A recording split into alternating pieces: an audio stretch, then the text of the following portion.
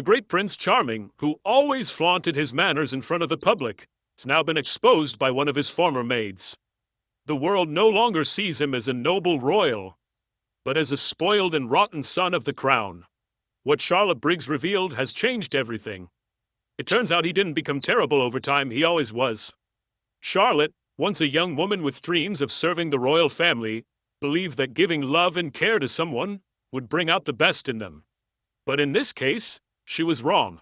Sometimes, no matter how much love you give, if the environment is toxic and the person is already cruel, nothing changes. It's like nurturing a snake egg and expecting anything but a snake. At just 21, Charlotte entered Prince Andrew's world, expecting to be part of something grand: palace halls, royal duties, and prestige.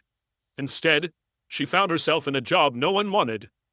Behind the elegant facade of Buckingham Palace was a man who was far from the charming Duke of York the public had imagined. According to his own staff, he was arrogant, rude, and unhinged. In an interview with the Daily Mail, Charlotte didn't hold back.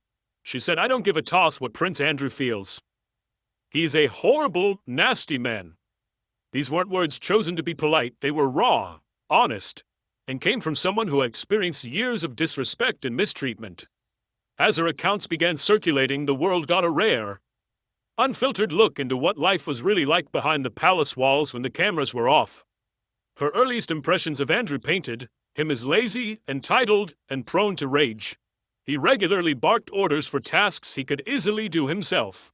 One of his obsessions was with the curtains, huge floor-to-ceiling drapes that he insisted be perfectly shut by staff. On one occasion, Charlotte left the slightest gap between them. What followed was a full-blown meltdown. He stormed out of his office, shouting profanities down the corridor. "Can't you bloody do anything right?" he yelled, leaving the young maid in tears. It wasn't just about curtains, it was about power, and how even the smallest mistake invited harsh punishment. Charlotte moved through the palace in constant fear of being noticed. She did everything she could to avoid him. His presence was unpredictable, and his temper worse. But beyond the anger and entitlement, there were stranger habits, bizarre, humiliating demands that bordered on absurdity. One of the most infamous involved his stuffed animal collection.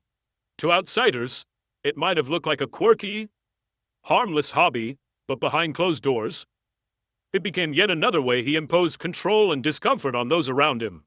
Clinging to childhood seemed almost literal for Prince Andrew, whose obsession with stuffed animals became a nightmare for the staff tasked with maintaining them. He kept 72 teddy bears, along with a stuffed hippo and a black panther, all arranged with military precision. Each had a designated place, guided by laminated instruction sheets, detailing exactly which toy should be placed where, who stood at the back, who sat at the front, and where his two favorite bears were to be positioned at all times. Flanking his bed like royal sentinels, Charlotte Briggs recalled being trained for an entire day on how to carry out this bizarre routine. A single misstep could unleash one of Andrew's notorious tantrums. His bedroom didn't reflect the dignity of royalty. It resembled a shrine to emotional immaturity. Pillows embroidered with the royal crest had to be centered just right. Pajamas were to be laid out with perfect symmetry. The stuffed animals, once put on display, had to be removed before bedtime and then returned in the morning, as if they, too, had royal schedules.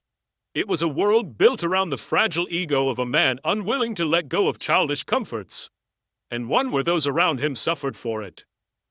The press soon picked up on these accounts, depicting Andrew as a prince stuck in arrested development, a man-child whose emotional needs had to be carefully managed by young palace maids.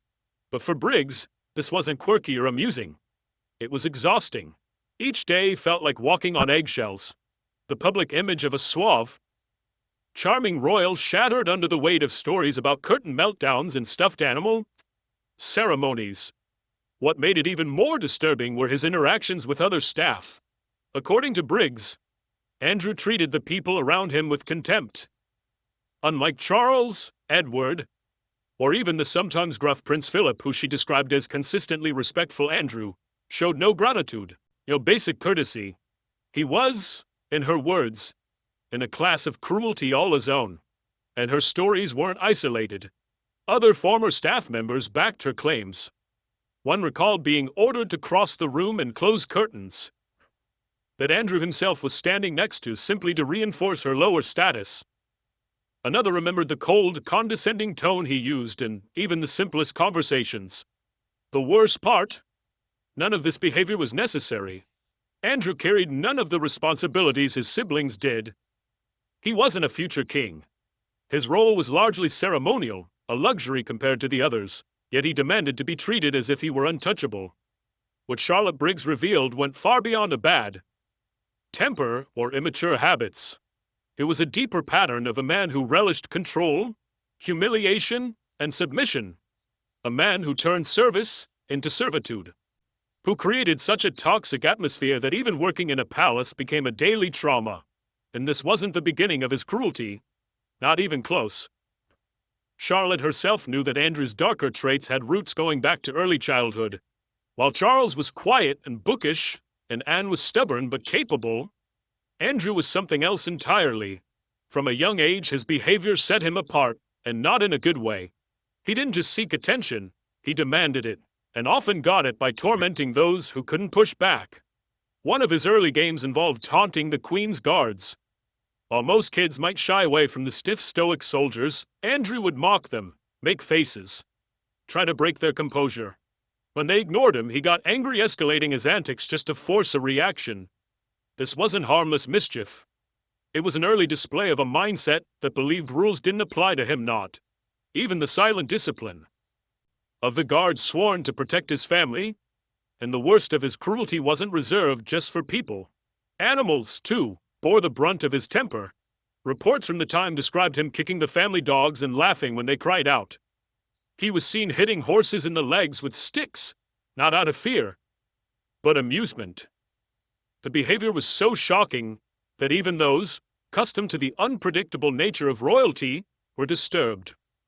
Royal grooms eventually reached a breaking point.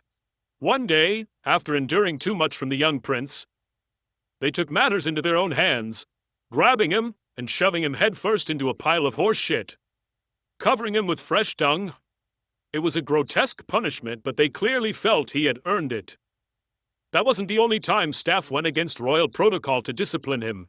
After Andrew relentlessly taunted a palace footman, the man punched him hard enough to leave a black eye. Expecting to be dismissed, the footman offered his resignation, but the Queen refused. Even she seemed to recognize that Andrew's cruelty had gone too far and that the discipline, though extreme, was justified.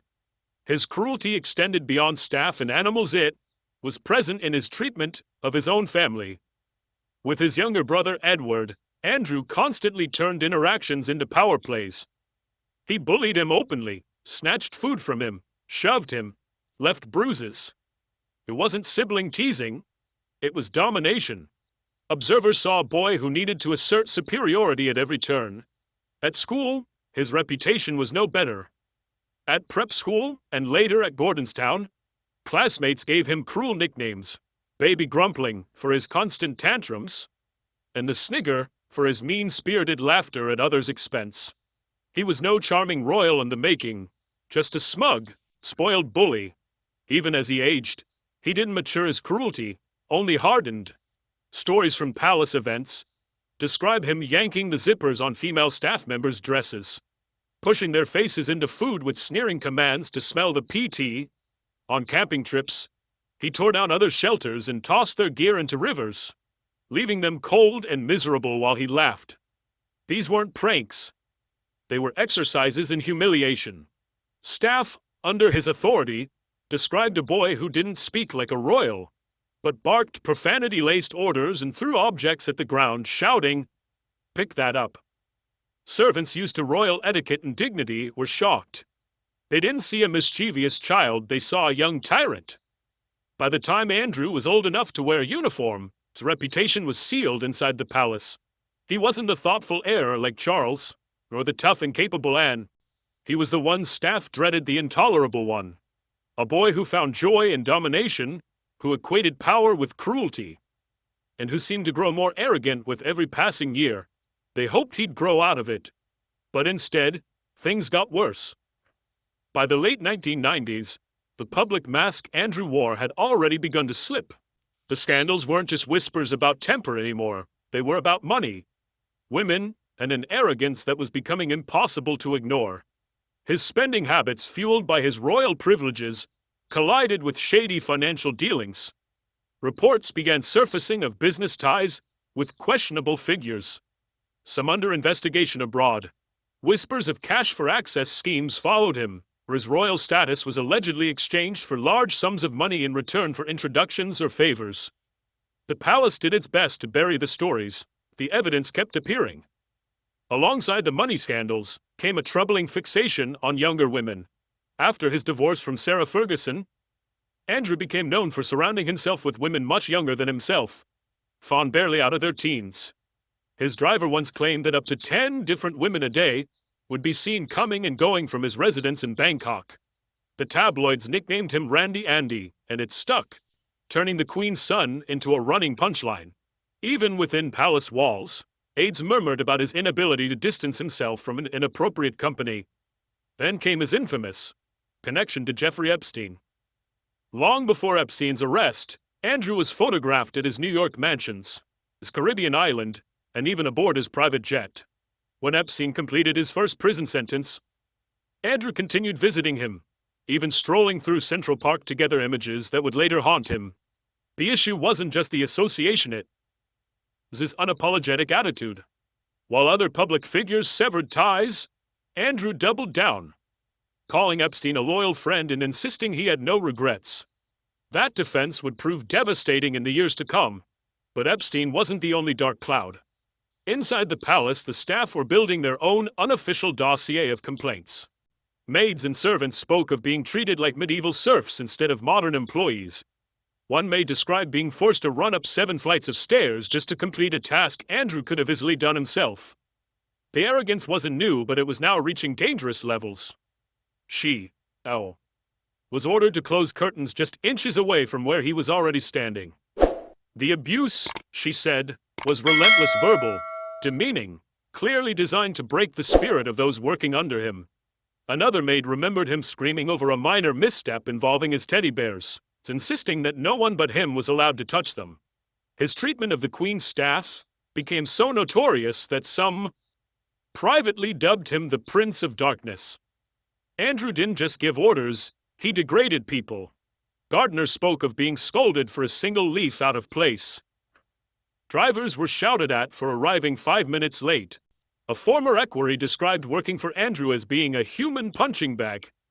These accounts, long buried beneath royal protocol and fear of speaking out, gradually made their way into the press. Each new story revealed something darker than the last. His behavior wasn't limited to palace grounds. As Britain's trade envoy, Andrew was expected to represent the nation with grace and professionalism. Instead, he treated foreign staff and dignitaries with open contempt. Reports from overseas trips told of him berating hotel workers, yelling at waiters, and demanding royal-level treatment as if he were some kind of monarch in exile. In the Middle East, one hotel employee was reportedly reduced to tears over the temperature of his suite. Diplomats who traveled with him admitted that part of their job had become damage control cleaning. Up after his public outbursts, his personal life only added fuel to the fire. After Sarah Ferguson's own scandals, including being caught on video, accepting money in exchange for access to Andritha to continue to live together, separated but never divorced. Their relationship had become a bizarre, toxic arrangement. They clung to royal privilege, while appearing to care little for the damage they inflicted on the monarchy's reputation. Critics accused them of hiding behind titles, while behaving in ways that would have publicly destroyed anyone else.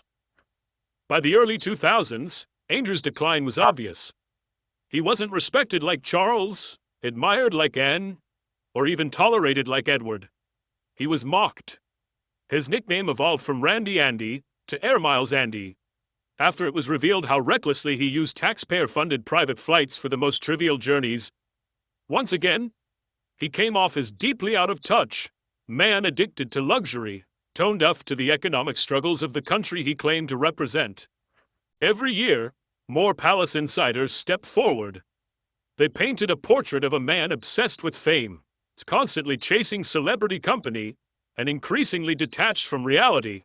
Even during private family gatherings, Andrew's arrogance set him apart. Princess Diana once reportedly described him as the least intelligent of the Queen's sons, but the most entitled. For once, even her critics didn't disagree.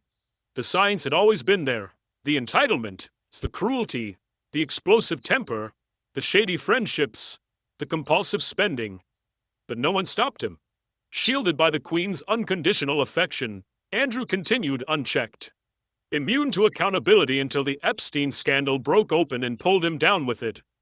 Everything changed in 2010. Epstein had just been released from prison for soliciting a minor, a conviction that should have been enough to drive any serious public figure far away. Andrew, however, was seen walking through Central Park with Epstein, laughing, behaving as though nothing was wrong. That image detonated in the public eye. For the first time, people saw the Queen's son casually socializing with a convicted sex offender. Then came Virginia Giuffre. In 2015, her name went public. She accused Epstein of trafficking her as a teenager and stated that Andrew was one of the men she had been forced to have sex with. She described meeting him 3 times, all arranged by Epstein's close associate, Ghislaine Maxwell. The most damning evidence was a photograph. Andrew with his arm around his 17-year-old Virginia, Ghislaine smiling in the background. Andrew claimed he had no memory of meeting her. He even suggested the photograph might be fake. But photographic experts found no evidence of manipulation. The denial only made him look more guilty. The palace tried to control the fallout, issuing bland statements and hoping the Queen's stature would absorb the damage. But more evidence emerged. Flight logs confirmed Andrew had traveled with Epstein. Witnesses placed them together in multiple locations: London, New York, the Caribbean. Each detail chipped away at the royal image, revealing something far more disturbing underneath. By 2019, the pressure was unbearable. Andrew agreed to a BBC interview, hoping to finally clear his name. Instead, he delivered one of the most disastrous public appearances in royal history. His explanations were so bizarre, so implausible, that they instantly became the subject of ridicule around the world. He claimed that on the night he was accused of being with Virginia, he had been at a Pizza Express in Woking. He said he couldn't sweat due to a medical condition resulting from the Falklands War, so he couldn't have been the man she described dancing and sweating with in a London nightclub. The interview did not vindicate him. It destroyed him. Within days, he was stripped of public duties. Patronages dropped him. His own family distanced themselves. The Queen, under pressure, finally allowed the consequences to fall. Andrew disappeared from public life. A royal in name only, cut off, disgraced, and permanently marked by the scandal he once arrogantly dismissed. What had started as whispers of arrogance and entitlement ended in the total collapse of his royal career. The boy who once bullied palace staff and demanded obedience had finally found himself answerable not just to the court of public opinion, but to history. Virginia Giuffre said she met Andrew at a London nightclub, but he insisted he had actually been at a Pizza Express in Woking with his daughter. He repeated this detail as if it were a concrete alibi, not realizing how absurd it sounded. The internet exploded. Memes flooded social media. A serious allegation had turned into a public circus. Then came the infamous sweating claim. Virginia said Andrew had been sweating profusely while dancing with her. Andrew responded by claiming he had a rare medical condition that prevented him from sweating at the time. Another explanation so strange and unbelievable that it instantly shattered his credibility. What might have been defensiveness came off instead as delusion. But the worst part wasn't what he said, it was how he said it. Rather than showing sympathy for Epstein's victims, Andrew focused on his own inconvenience. He described staying with Epstein after his release from prison as convenient, and said the visit had allowed him to end their friendship in person. To millions watching, it sounded less like an explanation and more like a justification. The backlash was immediate and brutal. The interview was widely labeled a disaster. Some called it a train wreck, others a car crash. Either way, it was one of the worst public relations moments in royal history. Not even the Queen could shield him this time. Just days later, Andrew announced he was stepping back from royal duties indefinitely. It wasn't a pause. It was an exile. For the first time in modern memory, A senior member of the royal family had been effectively banished because of scandal. The fallout didn't stop there. Charities severed ties with him. Universities stripped him of honorary positions. Military organizations removed him from their ranks. The man once known as the Queen's favorite son had become a toxic liability to everything connected to the monarchy. Still, Virginia Giuffre wasn't done. In 2021, she filed a civil lawsuit in the United States, accusing Andrew of sexual assault. His legal team tried everything to get the case dismissed, arguing on technicalities, denying the claims, asserting immunity. None of it worked. A judge ruled the case could go to trial. That left Andrew with two choices: face Virginia in open court or settle privately. In early 2022, he chose the latter. He paid Giuffre a reported £12 million. Official statements claimed the settlement was not an admission of guilt, but the public saw it differently. To many, it looked like he had bought his way out of accountability. There were also whispers about where the money had come from. Some believed the Queen had quietly helped fund the deal, desperate to contain the damage before her reign ended. But whatever the truth, the image of Andrew as a disgraced prince was now permanent. At Prince Philip's funeral, he walked alone, noticeably distanced from his siblings. At the Queen's Platinum Jubilee, he was banned from the palace balcony. At her funeral, he stood stripped of his military uniform while his brothers and sister wore theirs. Each moment publicly underscored what many had already decided in private: he was finished. When Charles became king, any remaining illusions of protection were shattered. Andrew was stripped of all remaining honorary military titles. He was told he would no longer represent the crown in any official capacity. His royal life, such as it was over. Even his security detail was downgraded, forcing him to fight publicly for personal protection, just like any other private citizen. For Andrew, it was a humiliating fall. For Charles, it was necessary. The monarchy couldn't survive while sheltering a man so deeply mired in scandal. The coronation of 2023 made the fracture impossible to ignore. Cameras captured every second of Andrew's awkward presence. While his siblings walked in ceremonial robes and uniforms, he arrived in a plain suit, no medals, no role, no significance. He shuffled behind them, his face tight with frustration. Body language experts pointed out the obvious: the gap between him and the rest of the family. The way Charles barely acknowledged him, the way William avoided eye contact entirely. Even Harry, with his own baggage, seemed more accepted than Andrew. At the Easter service that same year, it was the same story. Charles and William walked ahead, interacting with crowds, while Andrew lagged behind, ignored even by his nieces and nephews. Every gesture, every omission, made one thing clear: Andrew was now a ghost within his own family.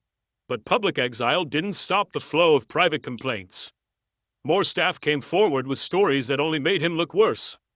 One said he left dirty laundry scattered around his rooms, expecting maids to clean it up without question.